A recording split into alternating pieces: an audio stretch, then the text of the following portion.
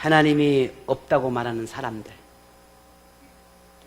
하나님은 심판하지 않는다고 확신하며 죄와 악을 행하는 것에 조금도 부끄럽게 여기지 않는 사람들, 자신은 의롭기 때문에 환난을 당하지 않으며 악을 행하여도 하나님은 자신을 보지 않는다고 생각하는 사람들, 오늘 본문 시편을 기록했던 저자는 그들을 향해서 악인이라고 정의했습니다.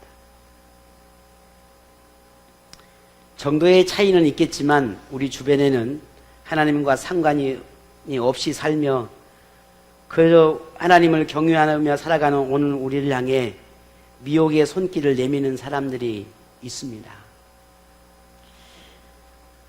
이러한 환경 속에서 하나님을 경외하며 산다는 것은 하나님에 대한 분명한 확신이 없이는 우리는 언제나 쉽고 편한 길에 대한 유혹을 받을 수밖에 없습니다.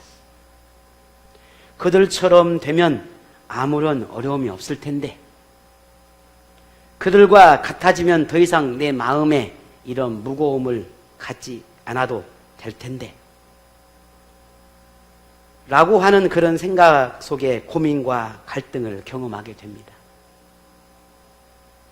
그래서 많은 그리스도인들이 그렇게 타협하며 그들처럼, 하나님을 인정하지 않는 그들처럼 살아갑니다. 오늘 시편 저자는 악인들로 받은 그런 환난과 모욕과 핍박 속에서 정말 힘겨운 그런 영적인 싸움을 싸우고 있습니다. 하지만 이 영적 싸움에서 오는 아픔은 피할 수 없는 현실적인 문제입니다. 아니라고 말할 사람 이상이 아무도 없습니다. 다 아픕니다. 다 힘듭니다. 어렵고 슬프고 가슴 아프고 상처받고 그 모든 삶이 그렇습니다. 그게 아니라고 말할 수 있는 사람은 단 한 사람도 없습니다. 오늘 이 저자의 고백 속에 보면 여호와여 어찌하여 라고 하는 고백을 수없이 반복합니다. 여호와여 어찌하여, 여호와여 일어나옵소서, 여호와여 일어나소서, 여호와여 손을 두옵소서, 여호와여 손을 들어주십시오.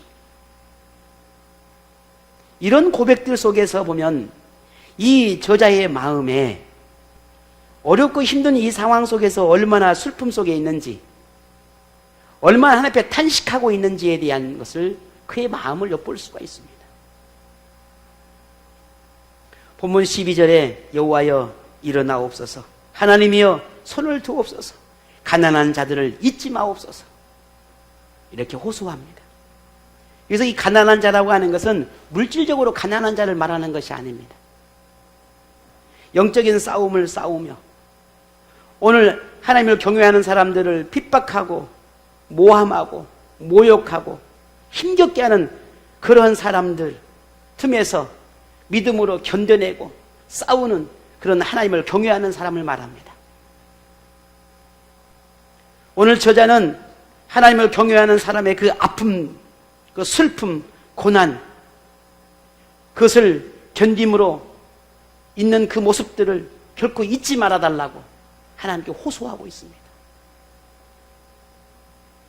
이러한 부르짖음은 불신앙이나 불평이나 원망 섞인 호소가 아닙니다. 오히려 하나님을 향한 철저한 신뢰와 하나님을 향한 철저한 그 믿음에서 비롯된 부르짖음입니다.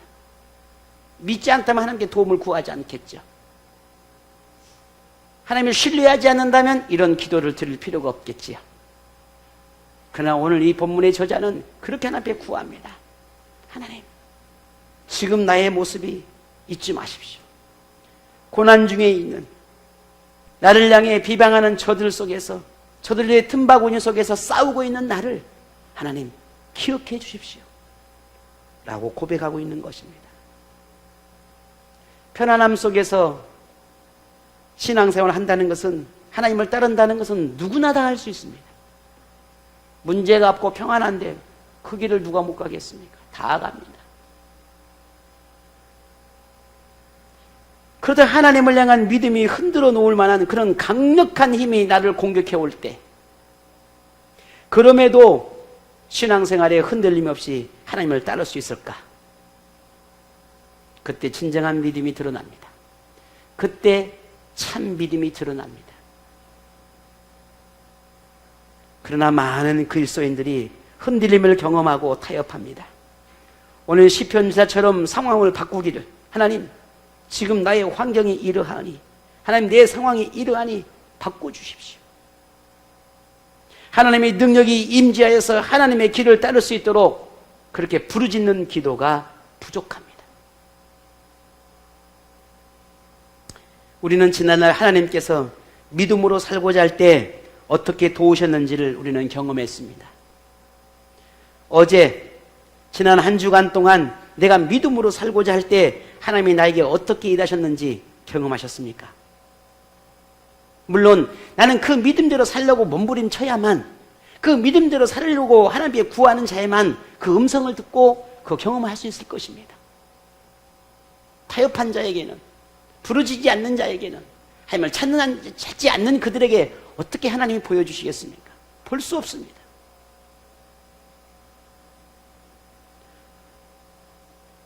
악인에게 행하시는 그 하나님의 심판이 어떠한지도 보았습니다. 하나님은 모든 것을 지켜보고 계신다는 사실도 우리는 알고 있습니다. 하나님은 언제나 하나님을 경외하는 사람들을 위해 일하고 계시다라고 하는 사실도 우리는 믿고 알고 있습니다. 그럼에도 우리는 매번 무너지고 또 무너지고 또 무너져서 나의 편리와 나의 안일함을 쫓아 살아가는 선택을 기꺼이 합니다. 저 역시도 마찬가지입니다. 늘 내 육체와 내 삶과 머리와 마음 속에서 항상 싸우죠. 다윗처럼 말이죠. 하나님의 법을 따르고자 하는 것과 육신의 법을 따르고자 하는 영적인 싸움이 늘 내 안에 있습니다. 환경과 맞서 싸우고자 하는 마음과 하나님의 법을 따르고자 하는 마음이 늘 고민과 갈등이 있기 마련입니다. 그러나 하나님은 말씀합니다. 우리에게 성령의 법을 따르라. 하나님의 법을 따르라. 이것이 하나님께서 우리에게 주시는 말씀입니다. 하지만 우리는 그걸 몰라서 올바른 선택을 하지 못하는 것이 아닙니다. 우리는 늘 집니다. 그렇게 무너져 갑니다. 오늘 저자는 어떠합니까? 울분으로 하나님께 토로합니다. 부르짖습니다. 그냥 하나님 앞에 도와달라고 구하는 것이 아닙니다. 몸부림치고 있습니다. 왜냐하면 지금의 이 현실을 바꿀 수 있는 분, 문제를 해결해 주실 수 있는 분, 모든 것을 지켜보고 현재의 상황을 너무나 잘 알고 계시기 때문에 어떻게 해결되어야 하는지를 누구보다 잘 아시는 분이 하나님이시라는 사실을 믿기 때문입니다. 그러니 하나님께 부르짖을 수밖에 없었습니다. 오늘 저자는 하나님을 경외함을 싫어하고 핍박하고 하나님을 무시하는 그들의 편에 서 있는 것이 얼마나 큰 죄악인지를 너무나 잘 알기 때문에 그들과 동조할 수가 없었습니다. 그러니 부르짖을 수밖에 없었던 겁니다. 그들의 편에 서지 않기 위해서 그들은 핍박과 조롱을 견뎌야 하고 싸워 이겨야 하는 것이었습니다. 그러니 하나님께 도움을 구하는 기도를 드릴 수밖에 없는 겁니다. 하지만 이것이 말처럼 쉬운 것이 아니죠. 여러분 경험해 보셨지 않습니까? 이게 말처럼 쉽습니까? 그렇지 않습니다. 그렇다고 포기해야 되겠습니까? 그것도 아닙니다. 그러니 하나님께 도움을 구할 수밖에 없습니다. 이것이 저자가 하나님께 부르짖을 수밖에 없는 이유였습니다.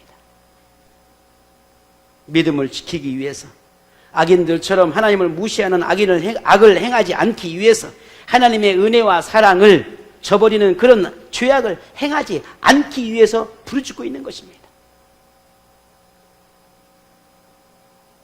오늘 14절에 이렇게 말합니다. 우리 같이 한번 읽어보겠습니다. 본문 14절입니다. 시작.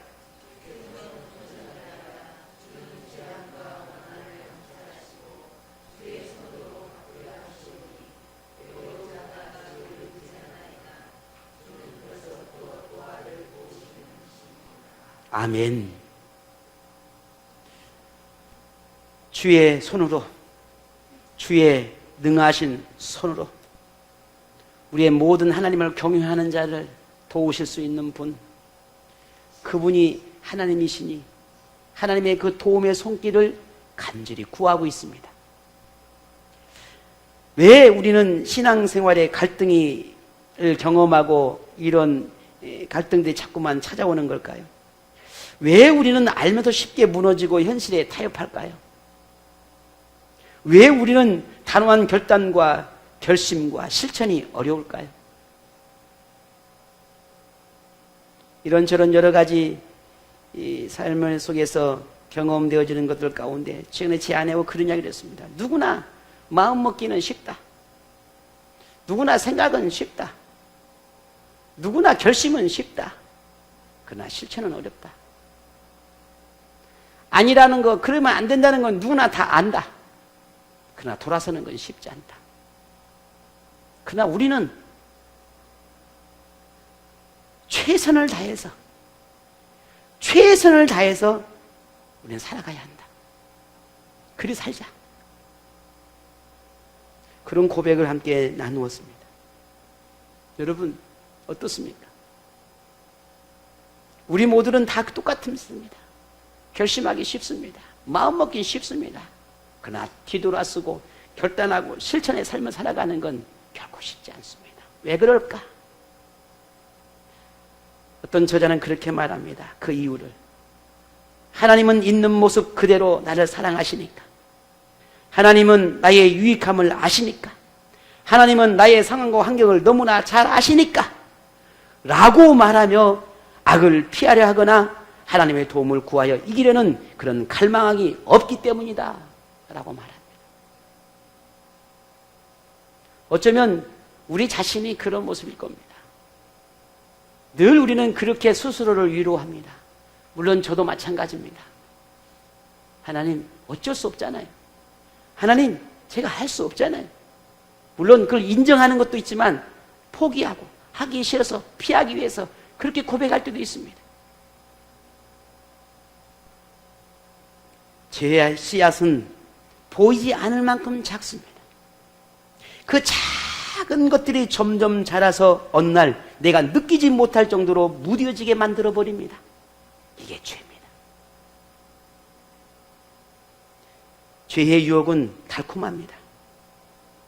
달콤하게 시작합니다.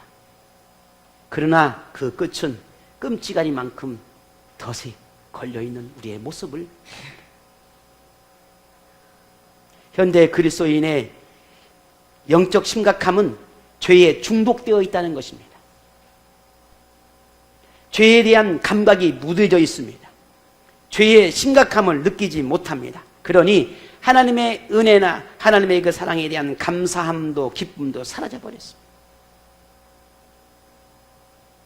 하나님의 기쁨을 위해 살기보다는 자신의 즐거움에 사는 것을 더 원합니다. 예배의 감사도, 예배의 감격도, 찬양의 기쁨도, 하나님을 향한 갈망함도 점점 무뎌지고 사라져가고 있습니다. 부끄럽지만 저는 그런 마음이 저 자신에게 있다는 걸 알기 때문에 하나님 앞에 예배할 때마다, 기도할 때마다, 찬양할 때만큼이라도 이 순간, 이 시간만큼이라도 하나님 앞에 정직하자. 하나님 앞에 우리의 영적인 감각이 무뎌지지 않기를 갈망하자. 그렇게 부르짖고 기도하고 전심으로 찬양하고 전심으로 예배하라고 하는 그런 마음의 결단을 수없이 합니다. 아마 여러분도 저와 크게 다르지 않을 거라 생각합니다. 왜? 오늘 이 순간만큼이 내가 무뎌져 버리고 오늘 이 순간만큼도 그냥 내 시간이 흘러버린다면 우리는 그것이 일주일, 아니 한 달, 1년 그렇게 평생 우리는 무감각한 상태에서 살아가 버릴 것이니까요.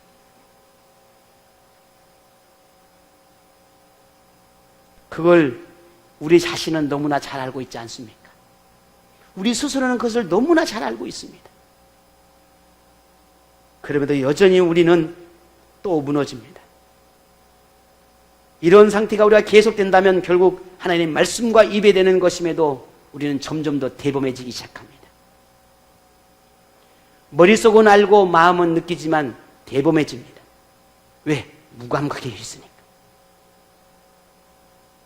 결국 점점 죄의 노예가 되어서 끌려다니게 됩니다. 그 결과는 어떻습니까? 사탄과 함께 동일한 심판을 받을 수밖에 없게 되는 것입니다.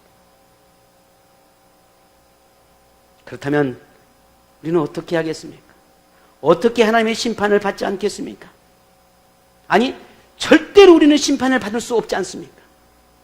하나님 심판의 대상이 될 수는 안 되는 것이지 않습니까? 그니 그 비결을 배워야겠지요. 하나님 우리에게 그 비결을 가르쳐 주었습니다. 그것은 끊임없는 회개입니다. 끊임없는 회개. 이 회개가 있다라고 하는 것은 자신의 영적 상태에 대한 점검이 있다는 의미입니다. 회개가 있다라고 하는 것은 무엇이 옳고 무엇이 그릇된 것인지를 내가 알고 있다는 의미입니다.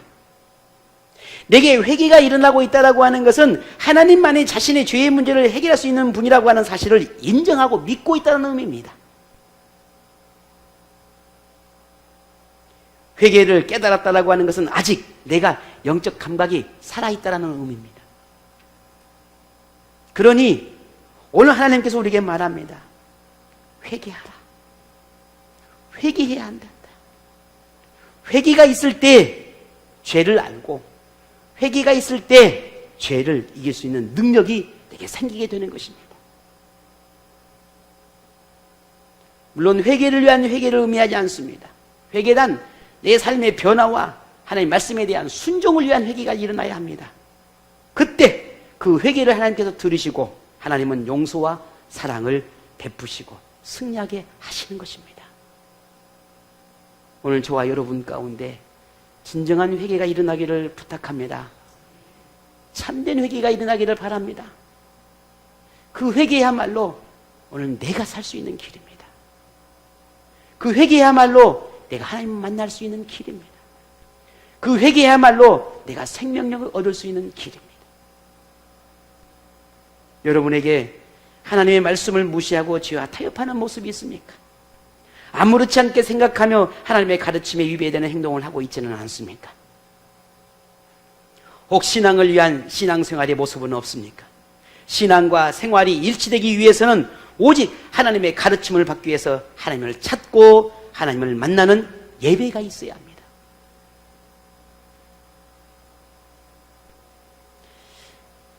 예배, 하나님을 만나는 예배, 하나님을 만나는 이 예배란 형식과 의식이 아닙니다.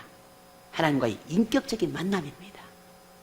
오늘 이곳에 온 것은 이 예배라고 하는 어떤 의식과 절차를 위해서 오신 것이 아니라 여러분은 하나님을 만나기 위해 오신 것입니다. 여러분 그리 확신합니까? 그렇다면 오늘 이 속에서 이 순간에 여러분이 기대하고 소망하고 간절한 바람은 하나님을 만나기 위한 것이어야 합니다. 목사를 만나기 위한 것도 아닙니다. 옆에 있는 믿음의 동료를 만나기 위한 것도 아닙니다. 의식과 절차에 내가 참여하기 위한 것도 아닙니다. 우리의 간절한 바람은 오직 하나입니다. 하나님을 만나는 것입니다. 이게 예배가 되어야 합니다. 오늘 여러분 하나님 만나시기를 바랍니다. 하나님 만나야 합니다. 이게 예배입니다. 예배는 그렇게 하나님 예배 속에서 하나님을 만나기 위해서는 어떻게 했습니까? 하나님을 찾아야죠. 하나님을 찾으십시오. 그냥 하나님 이게 아닙니다. 뭘 있어서 그렇게 부르짖으라는 것이 아닙니다. 하나님 귀가 먹었기 때문에 하나님께 부르짖으라는 것이 아닙니다. 우리 아까 보셨죠? 유아나 우리 보세요 아이들 엄마가 바로 옆에 있는데 난립니다. 그게 안 들려서 그 난리겠습니까? 아닙니다. 나를 좀 봐달라는 거 아니겠어요? 나에게 좀 집중해달라는 거 아닙니까? 엄마가 한 걸음도 안 된 옆에 있는데 그 부르짖고 아마 난리. 엄마 귀가 먹은 거 아니에요. 우리의 간절한 열망입니다. 하나님을 만나고 싶어한 열망.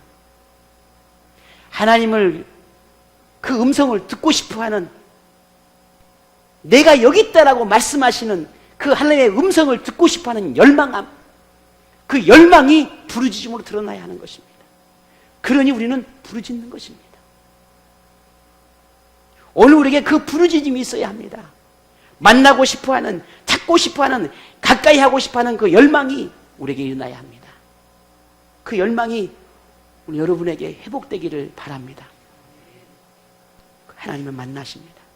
하나님은 우리를 만나주십니다. 예배는 그래서 우리의 영혼을 살리고 하나님과의 친밀함을 위한 시작이고 하나님과 친밀함을 위한 관계라고 하는 사실을 결코 잊지 않기를 바랍니다. 신앙생활은 하나님에 관해 아는 것이 아닙니다. 하나님과의 만남이며 교제며 동행하는 것입니다. 이게 신앙생활입니다. 신앙생활이라고 하는 것은 내 믿음이 생활과 함께 연결되어 있는 것이죠. 믿음과 생활이 따로가 아니라 생활이 믿음이 되는 것입니다. 믿음이 생활이 되는 것입니다. 이게 신앙생활이에요. 오늘 현대인들의 이 생활적인 믿음이, 신앙이 사라져가고 있어요. 오늘 우리 교회는, 오늘 여러분은, 오늘 저와 여러분은 참 하나님이 기뻐하시는 신앙의 생활을 잘 품고 살아갔으면 좋겠습니다. 유혹이 많습니다. 불가피한 상황이 수없이 많이 내 안에, 우리 삶 가운데 드러납니다. 그렇다고 매번 그렇게 무너질 수는 없지 않습니까? 참 신앙생활은 하나님과 함께하는 시간이 얼마나 되냐에 따라서 달라집니다.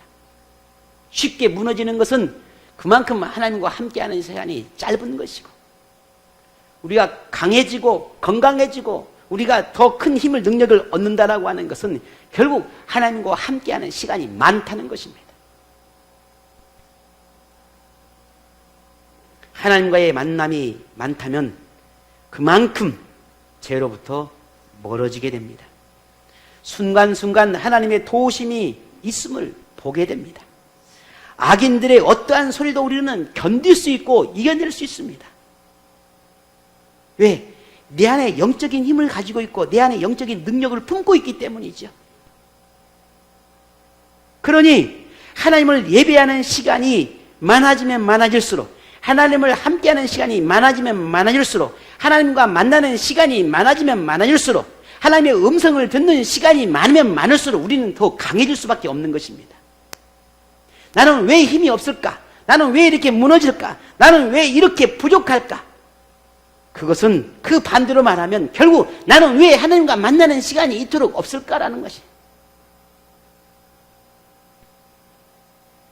하나님을 예배하는 시간이 많지 않다면, 회개의 기도가 없다면 우리는 죄를 결코 이길 수 없습니다. 유혹을 뿌리칠 수 없습니다. 하나님과의 동행이 일시적이거나 혹은 아예 없을 수도 있습니다. 예배와 기도는 신앙생활을 위한 능력의 원천입니다. 예배와 기도는 우리 신앙생활의 모든 시작이고 근본이고 본질입니다. 그러므로 여러분, 모든 삶 속에서 이 예배와 기도를 선택이 아닌 생활이 될 수 있도록 그렇게 믿음으로 살아가시기를 부탁을 드립니다. 그건 선택이 아닙니다. 골라잡는 뽑기가 아닙니다. 생활이 되어야 합니다. 삶이 되어야 합니다. 우리가 가야 하는 길은 이미 정해져 있습니다. 그 길 끝도 이미 정해져 있습니다. 하나님을 경외하는 사람에게는 영원한 생명이, 하나님을 경외하지 않으며 하나님을 경외하는 사람을 회방하고 괴롭히는 사람에게는 영원한 심판이라는 것이 이미 정해져 있습니다. 이건 돌이킬 수도 없고 바꿀 수도 없습니다. 하나님께서 이미 정했습니다. 우리는 그런 하나님을 경외하는 이 길을 끝까지 가야 합니다. 포기하시겠습니까? 포기하실 거예요? 오늘까지 해보고 이제 끝내실 거예요? 네? 오늘 내가 오시면서 오늘 내가 마지막으로 큰 결단을 할 거야. 내 신앙을 계속 할지 말지 내가 오늘이 내 최후의 결단의 시간이야. 그러고 오신 분 계셔요? 아무도 안 계시죠? 이 길은 포기할 수 없는 길이에요. 가야 합니다. 물론 쉽고 편한 길을 이면 좋겠지만 우리 그리 됩니까? 아닙니다. 하나님을 경외하지 않으며 하나님을 경외하지 않는 사람을 회방하고 경외하는 사람들을 회방하고 괴롭히는 사람들에게 하나님은 영원한 심판이라고 하는 것을 이 법을 정해놨단 말입니다. 그런데 우리가 하나님을 경외하는 우리가 하나님을 경외하지 않는 그들과 똑같이 삶을 살아간다면 우리도 똑같이 그들의 심판을 받을 수밖에 없다는 말입니다. 그러니 우리는 그들과 다르게 이 길을 끝까지 가야 합니다. 이 믿음의 길을 끝까지 가야 합니다. 포기할 수 없는 길입니다. 양보할 수도 없는 길입니다. 그래서 잠시 잠깐 내려놓을 수 있는 길도 아닙니다. 가야 합니다. 멈추는 순간 수없이 많은 유혹들이 나를 그대로 두지 않기 때문입니다. 가야 합니다. 멈춰서도 안 됩니다. 얼마나 많은 나를 방해하고 이 믿음의 길을 가로막는 그런 요소들이 우리 주변에 얼마나 많이 있는지 모릅니다. 그런 덫이 너무 많습니다. 그래서 때로는 그 덫에 걸릴 수도 있습니다. 깜빡 내가 실수할 수 있습니다. 잘못된 선택할 수 있습니다. 덫을 밟고 너무 힘들어서 제자리에 머물러 있을 수도 있습니다. 너무 고통스러워서 나가지 못할 수도 있습니다. 그렇다고 그렇게 가만히 자신의 상황과 환경만 탓하며 앉아만 있을 거냐 말이죠. 그럴 수는 없잖아요. 아니면 여러분 믿음의 길을 가기 위해서 하나님의 도움을 구하면서 하나님, 내가 지금 이곳에 일어나야 하겠습니다. 너무 아프고 힘든데, 너무 절망적인데 이 상황에서 내가 벗어나야 하겠습니다. 하나님께 부르짖어야 되지 않겠습니까? 사랑하는 우리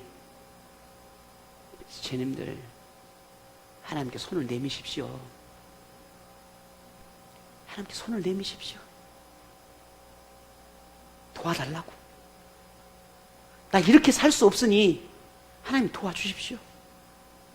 나 이렇게 믿음의 길을 갈 수 없으니 하나님 도와주십시오. 하나님이 기뻐하시는 그 길은 내가 아는데 자꾸만 이렇게 무너지니 하나님 나를 좀 도와주십시오. 손을 내미십시오. 하나님 가만히 있을까요? 하나님, 내가 너무 아픕니다. 너무 상처가 많습니다. 하나님 치료해 주십시오. 손을 내미십시오. 내가 너무 실수가 많습니다. 하나님, 내가 옳은 선택을 할지 못할 때가 너무나 많습니다. 하나님, 내게 지혜를 주십시오. 구하십시오. 자꾸만 무뎌지고 자꾸만 영적인 감각들이 잃어버리고 자꾸만 주저앉고 싶어하고 자꾸만 하나님과 멀어지는 것 같습니다. 하나님, 나를 살려주십시오. 구하란 말입니다. 구해야 합니다. 부르짖어야 합니다. 가만히 있을 수 없습니다. 왜 우리는 계속해서 똑같은 실수와 반복이 여김없이 우리는 찾아올 것이니까요.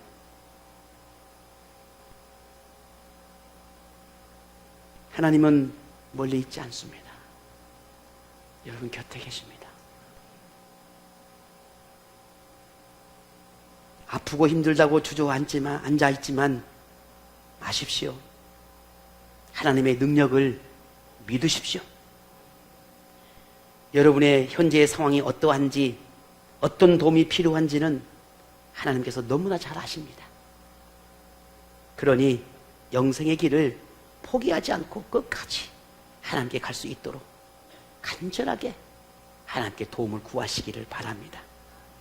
만일 여러분이 하나님께 손을 내밀지 않는다면, 하나님의 도움을 필요로 하지 않는다면, 하나님과 함께 하고자 하는 그런 갈망이 없다면 그 덫의 상처로 인해서 점점 더 감각은 무뎌지게 될 것이고 결국 썩어 잘라내야 할 것입니다.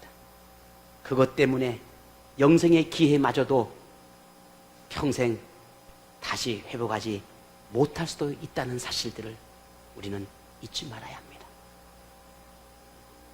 하나님은 오늘 시편 기자를 통해서 우리에게 이렇게 말씀하십니다. 본문 17절, 18절을 함께 읽어보겠습니다. 같이 읽습니다.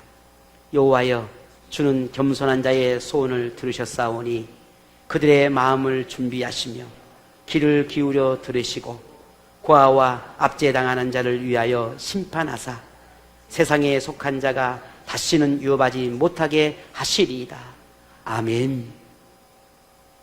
이 말씀이 오늘 우리 모두의 믿음의 고백이 되기 원합니다. 하나님은 믿음으로 살고자 하는 자의 소망을 들어주신다 했습니다. 하나님은 하나님을 경외하는 자의 그 마음을 위로해주고 격려해 주신다고 말씀하셨습니다.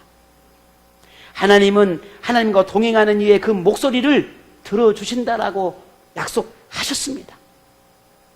하나님과 함께 하나님을 경외하는 사람을 괴롭히고 힘들게 하는 그런 악한 자들을 반드시 심판하신다 하셨습니다. 그리고 더 이상 그들이 너를 괴롭게 하지 않겠다라고 약속하셨습니다. 이 말씀의, 이 약속의 말씀을 믿는 오늘 우리가 되기 원합니다. 지금 여러분의 신앙생활을 방해하고 건강한 믿음을 만들어가는데 방해하는 요소가 무엇입니까? 저는 대부분 오늘 여러분의 가족, 직장, 친구, 그리고 육신의 법을 쫓고자 하는 우리 자신이라고 생각을 합니다. 옆집 아저씨가 왜 나보러 교회 가냐고, 왜 그렇게 시끄럽게 기도하냐고 나한테 뭐라 하지 않아요. 지나가던 동네 옆집 아줌마가 나한테 왜 그렇게 신앙생활 열심히 하냐고 나무라지 않는다니까요.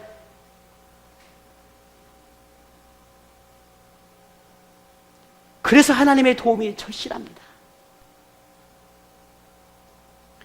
그들이 돌이키지 않으면, 내 사랑하는 사람들이 돌이키지 않으면 하나님의 심판이 될 수밖에 없기 때문입니다.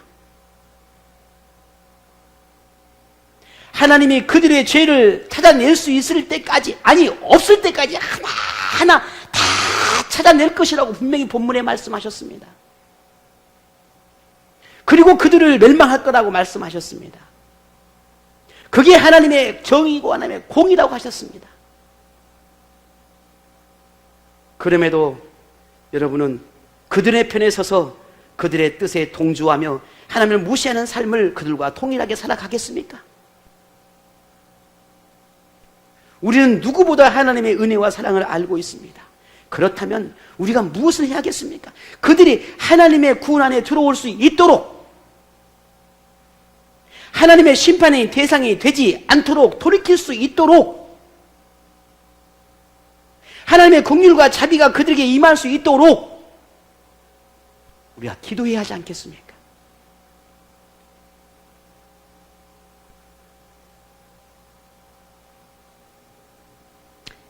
여러분이 할 수 있는 것은, 오늘 우리가 할 수 있는 것은 사실 아무것도 없습니다.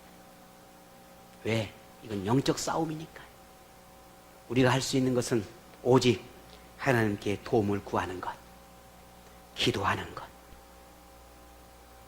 여러분이 그들의 편에 서서 그들을 돌이킬 수는 없습니다. 여러분이 함께 수렁에 빠져서 수렁에 빠진 사람을 건져낼 수는 없단 말입니다. 그들과 함께 죄악에 버물러져 있는데 어떻게 내가 거룩함을 드러낼 수 있겠습니까? 불가능합니다. 있을 수 없는 일입니다. 오늘 여러분이 그들의 편에 서 있는 한, 그들과 함께 하는 한, 결코 그들은 변하지 않습니다. 오히려 오늘 여러분 자신이 변하여서 그들과 같아질 뿐입니다.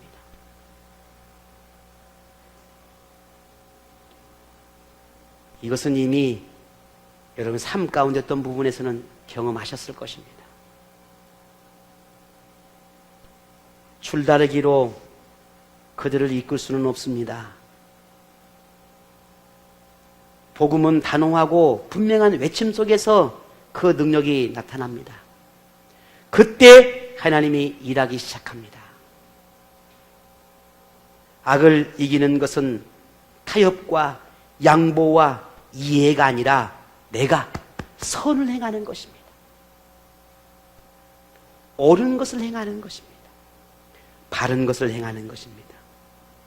가족을 심판에서 구원으로 옮기고 싶습니까? 그렇다면 우리에게는 길은 오직 하나입니다. 그들의 편에 서는 것이 아니라 복음을 따라 행하는 것입니다. 믿음을 따라 살아가는 것입니다. 하나님의 가르침을 따라 살아가는 것입니다. 물론 당장은 힘들고 괴로움이 찾아올 수 있습니다. 많은 다툼이 경험할 수 있습니다. 힘듦이 경험할 수 있습니다. 하지만 고난이 곧 영광으로 바뀌게 될 것입니다.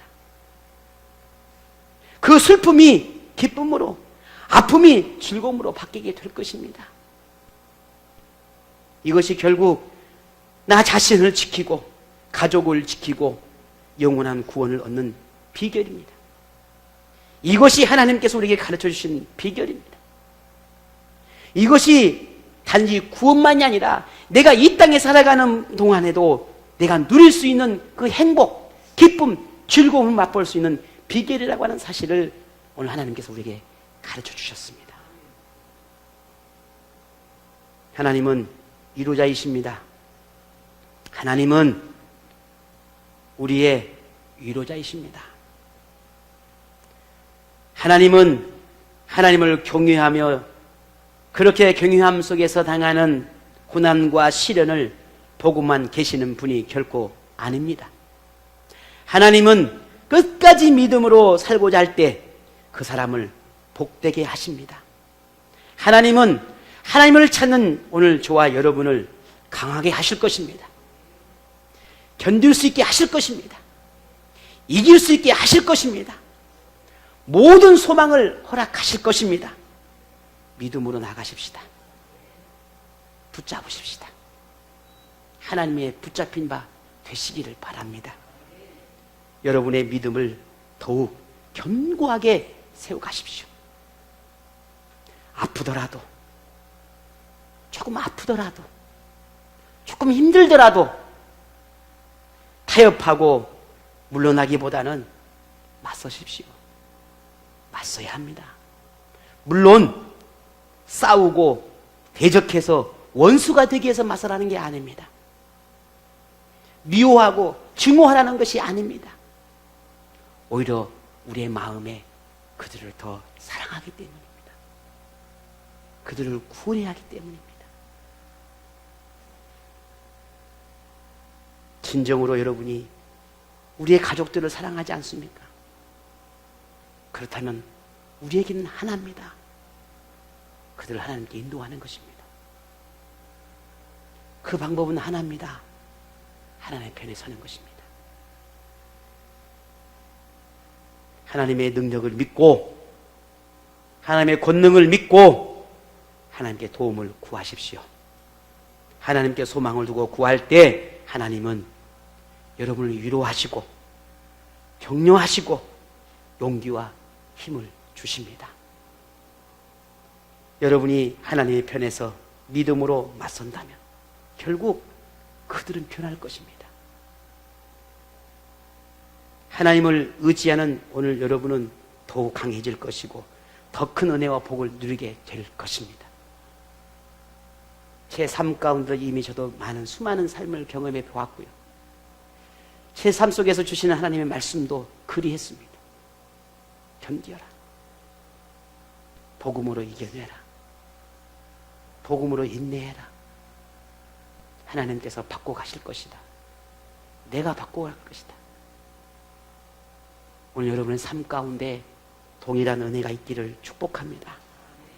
하나님을 경외하며 하나님께 소망을 품고 믿음으로 이 영적 싸움을 싸우는 오늘 여러분 모두에게 하나님의 위로가, 격려가, 하나님의 평강이 있기를 축복합니다.